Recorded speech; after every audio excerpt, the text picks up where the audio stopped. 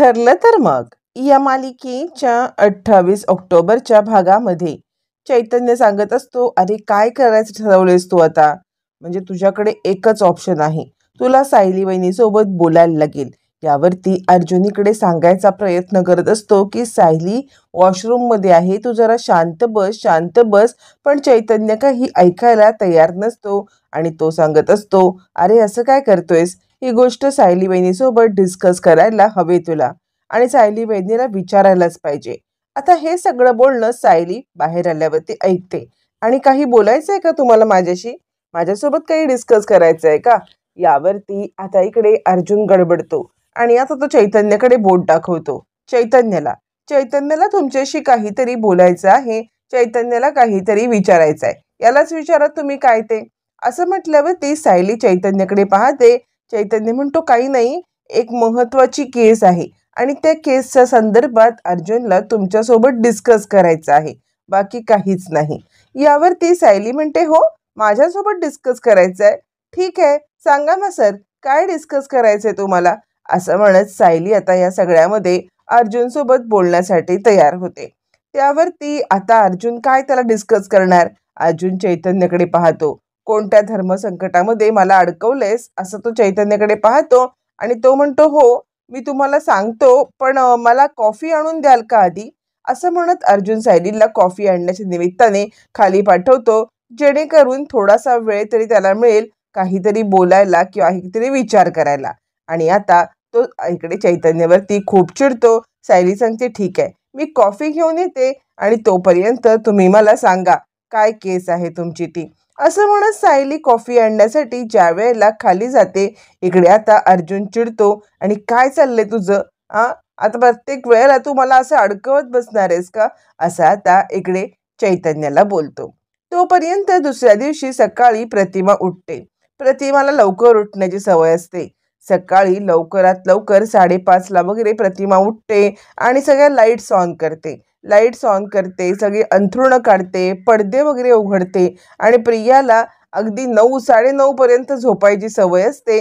त्यामुळे प्रिया इकडून तिकडून कूस बदलत असते, कारण तिला लाईट्समुळे आणि या सगळ्या आवाजामुळे झोप येत नसते. प्रतिमा मात्र सगळे पडदे खोलून, सगळी अंथरुणं वगैरे नीट करून, सगळ्या लाईट्स ऑन करून बसलेली असते आणि प्रियाची नुसती चिडचिड होत असते. प्रतिमा सगळा पसारा उरकते आणि त्यानंतर अंथरुणं कपाटात वगैरे व्यवस्थित लावून देते आणि लाईट्स ऑन ठेवूनच निघून जाते. आता मात्र प्रिया अधिकच चिडते आणि ती विचार करते, काय करू? म्हणजे सकाळची झोप सुद्धा ही अर्धवट बाई नीट घेऊन देत नाहीये मला. काय करायचं काय हिचं? या अर्ध्या डोक्याच्या बाईला लवकरात लवकर धडा शिकवायलाच पाहिजे. आठवणी काय विचारते, काय काय करते? असं म्हणत प्रिया आता स्वतःशी चिडचिड करते आणि चिडचिड करत तिला सुद्धा आता कंपल्सरी 5:45-6ला उठायलाच लागतं आणि त्यानंतर ती उठते, तयार होते. इकडे तोपर्यंत सुमनने सगळ्यांसाठी मस्तपैकी नाश्ता वगैरे केलेला असतो आणि थालीपीठ बनवलेलं असतं. थालीपीठ बनवल्यावरती इकडे आता सुमन सांगते, प्रतिमा वहिनी मी नाश्त्याला थालीपीठ चहाचा मेनू केलेला आहे. यावरती प्रतिमा म्हणते, थांब सुमन, तू कशाला हे सगळं करतेस? मी एक काम करते, मी थालीपीठ थांबते ना. यावरती सुमन म्हणते, वहिनी सगळी कामं तुम्हीच करायला पाहिजेत असं आहे का? तुम्ही निवांत आधी नाश्ता करून घ्या, मग नंतर कुणाला काही थालीपीठ लागली तर तुम्ही थापून द्या बरं, पहिले तुम्ही नाश्ता करा.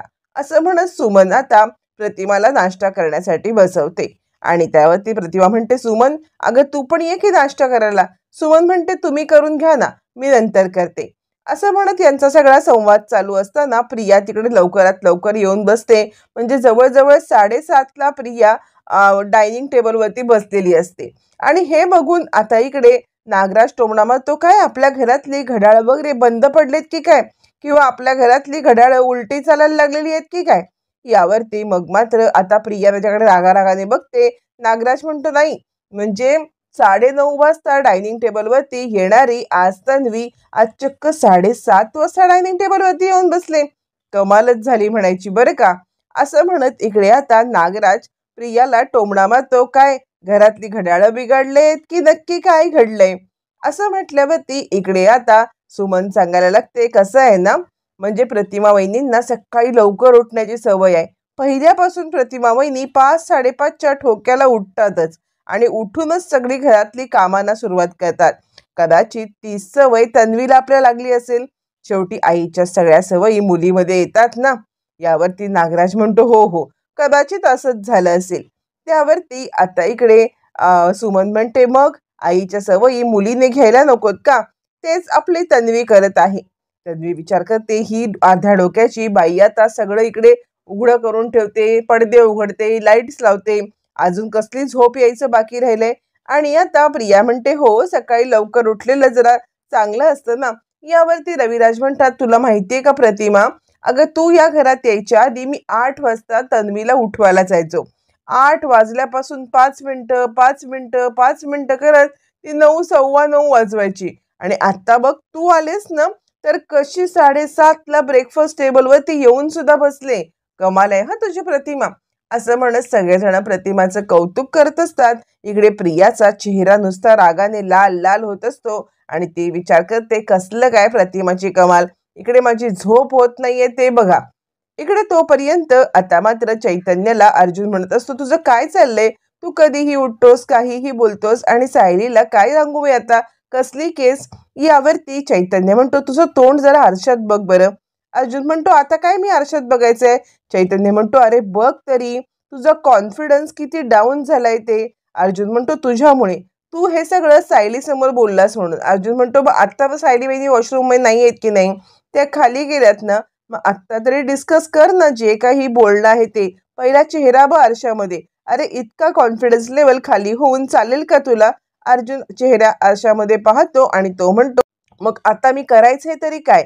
चैतन्य म्हणतो, अरे तुला जर का सायली वहिनीला आपल्या मनातली गोष्ट सांगायची असेल तर तुला हा अवधी घ्यायलाच लागेल. हा अवधी घेतल्यानंतरच तुला हा वेळ मिळेल आणि त्यानंतरच सायली वहिनीला मनातलं सांगू शकेल. असं पुन्हा एकदा चैतन्य त्याच्या मनात भरवण्याचा प्रयत्न करत असताना सायली कॉफी घेऊन येते. कॉफी घेऊन आल्यावरती आता सायली म्हणते, सर करा ना डिस्कस, काय डिस्कस करायचं होतं तुम्हाला. असं म्हणत सायली खूप एक्सायटेड असते त्या केसबद्दल ऐकायला किंवा त्या केसबद्दल बोलायला. पण अर्जुनकडे बोलायला असं काहीच नसतं. काय बोलायचं, काय सांगू, की मधुभाऊंच्या केसला लेट करायचंय, काय बोलायचं. त्यावरती आता तो चैतन्याकडे पाहतो. चैतन्यला समजतं की आता हा आपल्या खांद्यावरती बंदूक ठेवणार आहे. मग चैतन्य म्हणतो, ते हे कॉफी थंड. सायली म्हणते, थंड, अहो आत्ता मी गरमागरम कॉफी बनवून आणले, थंड कसली, हातात धरवत नाही इतकी गरम आहे. चैतन्य म्हणतो, हो तेच मी सांगत होतो, म्हणजे कॉफी खूप गरम आहे, अजून थंड व्हायला पाहिजे. मग कॉफी थंड व्हायला पाहिजे म्हणून मी एक काम करतो, जरा कॉफी थंड होण्यासाठी मी बाहेर जातो आणि त्या कॉफीला फुंकर मारतो आणि थंड करतो. असं म्हणत चैतन्य तिकडून पळ काढतो जेणेकरून या दोघांच्या मध्ये त्याला अडकायला नको. आणि अर्जुन त्याच्याकडे रागारागाने पाहतो आणि चैतन्याला या सगळ्यामध्ये अर्जुन आता चांगलंच रागाने पाहतो. रागाने पाहिल्यावर चैतन्य म्हणतो, चाललो हा मी, पटकन माझी कॉफी थंड करून येतो. असं म्हणत या दोघांच्या मध्ये न अडकता चैतन्य तिकडून जवळजवळ पळ काढतो आणि अर्जुनला सायलीच्या तावडीमध्ये एकट्याला सोडून निघून जातो. अर्जुन चिडतो, याचीच आयडिया, हाच मला अगदी हे करणार आणि हाच पळून जाणार, याला बघतो नंतर मी. असं म्हणत अर्जुन चिडतो. सायली म्हणते, सर बसा ना, सांगा ना काय नक्की तुमची केस आहे, मला पण ऐकायला आवडेल. असं म्हणत सायली आता केसबद्दल ऐकण्यासाठी खूपच एक्सायटेड असते आणि सांगा ना सर, सांगा ना सर असं म्हणत अर्जुनच्या मानगुटीवरतीच बसते. आता अर्जुनकडे काहीही पर्यायच नसतो. अर्जुन सांगतो, बसा, मी तुम्हाला सांगतोय, ही ना एका गरीब साध्या माणसाची केस आहे. यावरती सायली म्हणते, बोला ना सर, काय केस आहे. अर्जुन म्हणतो, तो एक गरीब माणूस आहे ना, त्याची अशी काहीतरी मजबुरी आहे की ज्याच्यामुळे त्याच्या कुटुंबासाठी, त्याच्या सगळं हे करण्यासाठी, चांगल्यासाठी त्याला आपल्या बायकोसोबत खोटं बोलावं लागते. बायकोसोबत खोटं बोलावं लागते, पण त्याच्या मनामध्ये एक गिल्ट आहे की या सगळ्यामध्ये मी खोटं कसं बोलू, बायकोला कसं सांगू हे सगळं खोटं, किंवा बायकोसोबत आतापर्यंत तो खोटं बोललेला नाहीये, मग ते मी काय करावं. असं म्हणत अर्जुन आता विषय पुन्हा एकदा वेगळ्याच ह्याच्यावर नेतो, जेणेकरून आपण सायलीसोबत खोटं बोललं तर चालेल का, असा तो अंदाज घ्यायला असतो सायलीचं काय मत आहे. त्यावरती सायली म्हणते, सर खोटं बोलणं आहे ना, हे कधीही चुकीचं, म्हणजे खोटं बोलण्याने तसं एक फार कोणाचं भलं होत नसतं, झाला तर त्रासच होत असतो. मग खरं सांगायचं तर त्या माणसाचा हेतू जर का शुद्ध असेल, म्हणजे तो माणूस आपल्या कुटुंबासाठी हे सगळं करत असेल, कुटुंबाच्या भल्यासाठी हे सगळं करत असेल, तर कधीतरी खोटं बोललेलं नेहमीच चुकीचं आहे असं नाही, कधीतरी चालतं. खोटं बोललं तरी सुद्धा चालण्यासारखं आहे, कारण त्या माणसाने कुटुंबाच्या भल्याचा विचार केलाय, त्या माणसाने आपल्या कुटुंबासाठी हे सगळं केलंय, तर मग ठीक आहे कधीतरी खोटं बोलणं. अर्जुन म्हणतो काय, हे तुम्ही म्हणताय? यावरती सायली म्हणते, हो सर, मी तेच सांगण्याचा प्रयत्न करते की कधीतरी खोटं बोलणं हे सुद्धा भल्यासाठी असेल तर ते चालतं. आता अर्जुनला उत्तरच मिळतं. चला, म्हणजे जे चैतन्य म्हणतोय तेच सायलीला म्हणायचं आहे का? अर्जुनला 100% उत्तर मिळालेलं असतं, पण म्हणून मधुभाऊंच्या केसमध्ये आपण खोटं बोलायचं हे त्याचं मन अजूनही मानायला तयार नसतं. पण अर्जुन म्हणतो, चला चला, मला आता ऑफिसमध्ये जायला पाहिजे. आता सायली म्हणते, सर ऐका तरी, अहो मला पण तुमच्याशी ह्या केसबद्दल बोलायचंय, पुढे तरी मला सांगा की तो का खोटं बोलणार आहे, नक्की काय झालंय? अर्जुन म्हणतो, नाही नाही, मला खूप लेट झालेला आहे, मला जायला पाहिजे ताबडतोब. असं म्हणत अर्जुन सायलीला काहीही न सांगता ताबडतोब तिकडून निघतो. सायली आपली विचार करते, काय अर्जुन सर आहेत, म्हणजे काही बोलायचं तर गेलं बाजूला, एक अर्धवट गोष्ट सांगितली आणि निघून गेले, कसले अर्जुन सर? असं म्हणत सायली स्वतःवरतीच आता विचार करत बसते की नक्की अर्जुन सरांना हेच बोलायचं होतं. हे सगळं डिस्कशन चालू असतं तोपर्यंत प्रिया इकडे बाहेर येते. समोरून नागराज येतो. नागराज म्हणतो, काय ग, सकाळी लवकर उठण्याची सवय लावलीस, तसंच काय गार्डन मध्ये आलीस की काय? प्रिया म्हणते, गप्प बसा, इकडे ती अर्ध्या डोक्याची बाई मला सकाळी लवकर उठवते, मी इथे माझी काही सकाळची झोप सॅक्रिफाईस करायला आले का? मी आले ऐशो आरामात राहील, मजा करेन आणि या सगळ्यामध्ये मस्तपैकी राहीन, तर इथे येऊन काय होते? ती अर्ध्या डोक्याची बाई सकाळी उठवते आणि मला सकाळी सकाळपासून तयार व्हायला होते. मला नाही आवडत इतक्या सकाळी सकाळी उठायला. काय चाललंय हे? आणि तुम्ही काय हसताय? यावरती नागराज म्हणतो, मला तर काय कळतच नाहीये. प्रिया सांगते, हे तर सोडून द्या, पण हाईट म्हणजे काल रात्री ती मला सांगत होती की मला जुन्या आठवणी सांग, माझ्यासोबत बोल, जेणेकरून मला या आठवणी आठवता येतील, मला हे दिवस जगता येतील, मला मागच्या आठवणी आठवतील. तुम्हाला कळतंय का? आणि मी तिला काहीतरी थातूर मातूर आठवणी सांगत होते, म्हणजे आता कसल्याही आठवणी, मला काय तिला आठवणी माहीत नाहीयेत, माझ्याकडे आठवणी नाहीयेत, मनाच्या रचून मी आठवणी सांगत होते. पण तुम्हाला माहितीये का, त्याच वेळेला तो किल्लेदार बाहेर येऊन उभा होता आणि तो आमच्या आठवणी ऐकत होता, मी सांगत होते ते. तो आतमध्ये ह्याच्यात घुसला आणि मला म्हटला, तन्वी, तू ह्या कसल्या आठवणी सांगतेस? यावरती नागराज म्हणतो, बाप रे, हे तर प्रकरण खूपच डेंजर आहे, म्हणूनच मी तुला सांगत होतो की या बाईला घरामध्ये आणू नकोस. या बाईला घरामध्ये आणलंस, त्या बाईला या घरात आणलंस ना की तिचे अकलेचे घोडे धावायला लागतील आणि तिला या सगळ्यामध्ये आठवणी फटाफट आठवायला लागतील आणि आपणच अडकू, हेच मी तुला सांगत होतो. त्या बाईला या घरात आणून आपण खूप मोठी चूक केली. ज्या घरामध्ये तिच्या आयुष्याचा खूप मोठा काळ गेलाय, कदाचित त्या घरात आल्यामुळे तिला आता या आठवणी आठवल्या असतील. तू पण ना उगाच तिला इकडे आणलेला आहेस. असं म्हणत नागराज प्रियालाच दोष देतो आणि या सगळ्या गोष्टी तुझ्याचमुळे घडल्यात असं तिला सांगायचा प्रयत्न करतो. प्रिया विचार करते, खरंच आहे की काय? म्हणजे हिला खरंच आठवणी आठवल्या तर माझं तर इथनं गाशा गोशा गुंडाळून मला निघून जायला लागेल. काय करायचंय, काय करायचंय? प्रिया आणि नागराज चांगलेच अडचणीत सापडलेले असतात आणि या सगळ्यामध्ये प्रियाकडे एकच सोल्युशन असतं. प्रिया म्हणते, बाद झाला, आता आता माझ्याकडे एकच सोल्युशन आहे. यावरती नागराज म्हणतो, कसलं सोल्युशन? यावरती प्रिया सांगते, या बाईला किडनॅप करून हिचा कायमचा खेळच संपवून टाकायचा. असं म्हणणाऱ्या प्रियाला नागराज पाहत बसतो आणि त्याला धक्का बसलो, कसली पोरगी आहे ही, म्हणजे सगळं अचानकपणे हे करण्यासाठी ही कोणत्याही थराला जाऊ शकते हे आता नागराजला समजलेलं असतं आणि त्यासाठी नागराज पण जरासा घाबरतो, कारण प्रिया ही महा डेंजर बाई आहे हे त्याला समजलेलं असतं. तोपर्यंत इकडे आता पूर्णाजी सगळेजण ब्रेकफास्ट टेबलवरती बसलेले असतात आणि पूर्णाजी इकडे कल्पना म्हणत असते, काय ग, अस्मिता कुठे आहे? म्हणजे मला अस्मिता दिसत नाहीये. यावरती कल्पना म्हणते, फॉर अ चेंज तिला सासरची आठवण आलेली आहे आणि त्यासाठी ती सासरी गेले. आज म्हणते मी सासरी जाऊन आले. पूर्णाजी म्हणते, हे तर आश्चर्यच झालं, म्हणजे आतापर्यंत तिला मी कित्येक वेळा समजावून सांगितलं की तू तुझ्या घरी जात जा, तुझ्या माणसांच्यात राहत जा, जरा तरी तुझ्या माणसांना आपलंसं करून घेत जा. या सगळ्यामध्ये माझं कधी ऐकलं नाही, पण आज अचानक तिला सासरी जाण्याची कशी काय उपरती झाली मला स्वतःला कळत नाही, असं म्हणत पूर्णाजी या सगळ्यामध्ये आता आश्चर्यच दाखवत असते. तोपर्यंत कल्पना म्हणते, जाऊ दे, गेले ना घरी, जरा तरी तिला आता घरची ओढ वाटली हेच महत्वाचं आहे. तोपर्यंत सायली येते आणि आई, अर्जुन सर आहेत ना, त्यांचा टिफिन विसरून गेलेत, त्यामुळे मी त्यांचा टिफिन घेऊन ऑफिसला चाललेले आहे. पूर्णाजी म्हणते, झालं म्हणजे तुझा नवरा रोजच ऑलमोस्ट टिफिन विसरतो, कधी टिफिन नेतोय आठवणीत असं होतच नाही.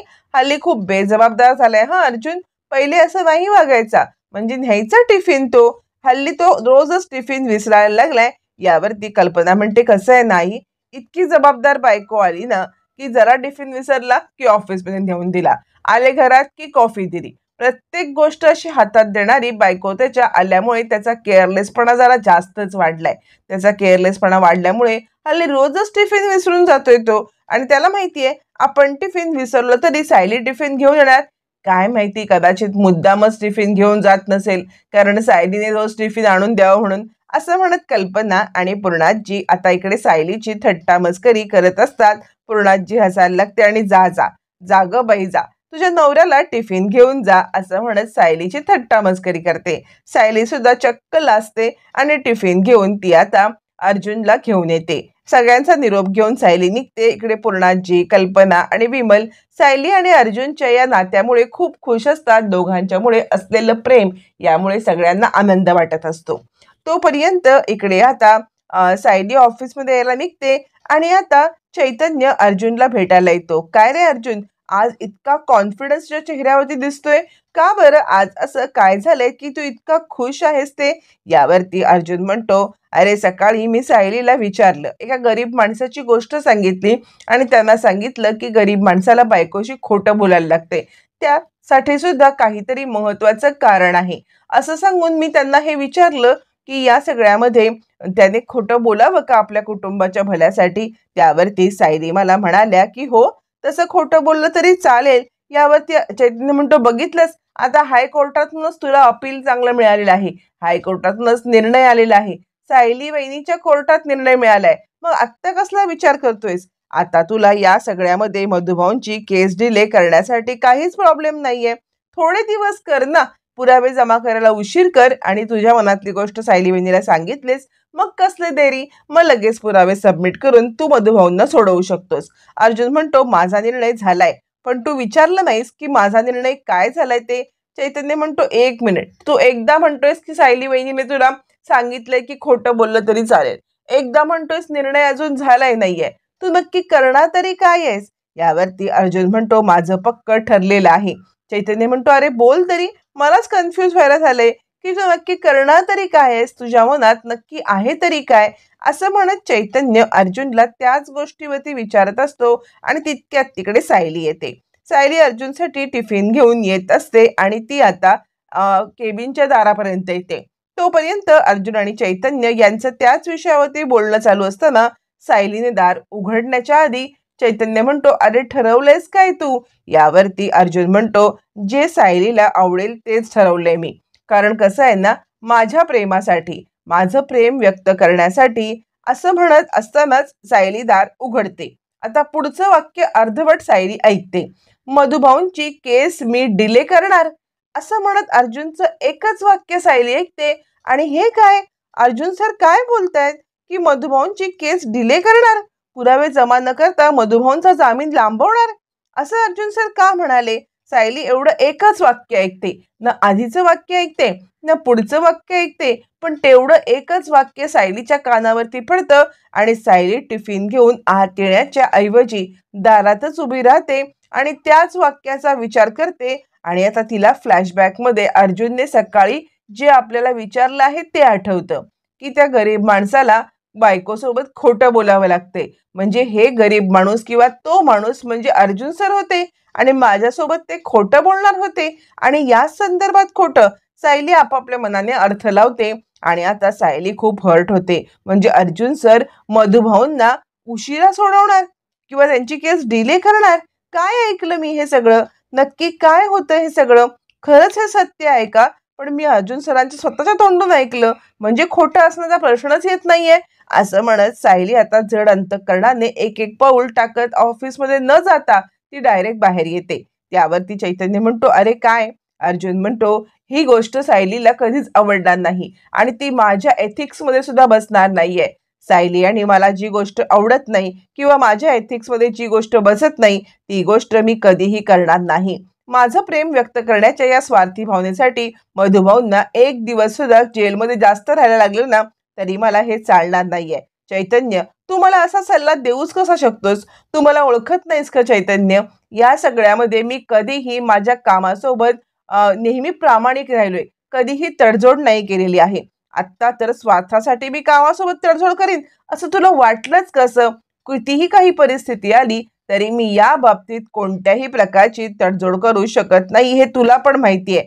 तू मला ही गोष्ट सांगण्याच्या आधी 10 वेळा विचार करायला पाहिजे होतास की मी माझ्या एथिक्स सोबत कधीही नेहमी प्रामाणिकच असतो. आता हे सगळं ऐकायला सायली थांबलेली नसते. तिने एकच वाक्य ऐकून गैरसमज करून रागारागात ती आता तिकडून निघते आणि तिकडून निघते ती थेट आता जेलमध्ये मधुभाऊंना भेटायला. इकडे अर्जुन चैतन्य पुढे काय बोलतायत हे ऐकायला ती थांबत नाही. पण सायली निघून गेल्यावरती चैतन्याला ठामपणे अर्जुनने सांगितलेलं असतं की मी मधुभाऊंची केस डिले करणार नाही. पण हे न ऐकल्यामुळे सायली हर्ट होते. ती आता मध्यवर्ती कारागृहामध्ये येते आणि आता तिकडून डायरेक्ट अर्जुनला फोन लावते. अर्जुन सर, मी इकडे मधुभाऊंना भेटायला जेलमध्ये आलेली आहे. तर एक वकील म्हणून मला ती परवानगी तुम्ही मिळवून द्यावी असं मला वाटतंय. तर ही परवानगी तुम्ही मला मिळवून द्याल का? अर्जुन म्हणतो, हो, ती परवानगी तर मी मिळवून देईन, पण तुम्ही थांबा ना, मी तुम्हाला जॉईन होतो. सायली म्हणते, नको, ही एका मुलीची आणि बापाची भेट आहे. त्यामध्ये वकिलांची काहीच गरज नाहीये. मला एकटीला भेटायचं आहे. तुम्ही फक्त परवानगी मिळवून द्यायचं काम केलं ना तर बरं होईल. असं सायलीचं तुटक वागणं बघून अर्जुनला जरा धक्का बसतो. नक्की काय झालंय? असं का सायली बोलतायत मी जॉईन होईन म्हटलं तर त्या अजिबात ऐकत नाहीयेत. सायली म्हणते, तुम्ही फक्त परवानगी द्या आणि सायली फोन कट करते. अर्जुनला जरासा धक्काच बसतो. आता सायलीचा हा गैरसमज अर्जुन कसा दूर करणार हे येणाऱ्या भागातच कळणार आहे.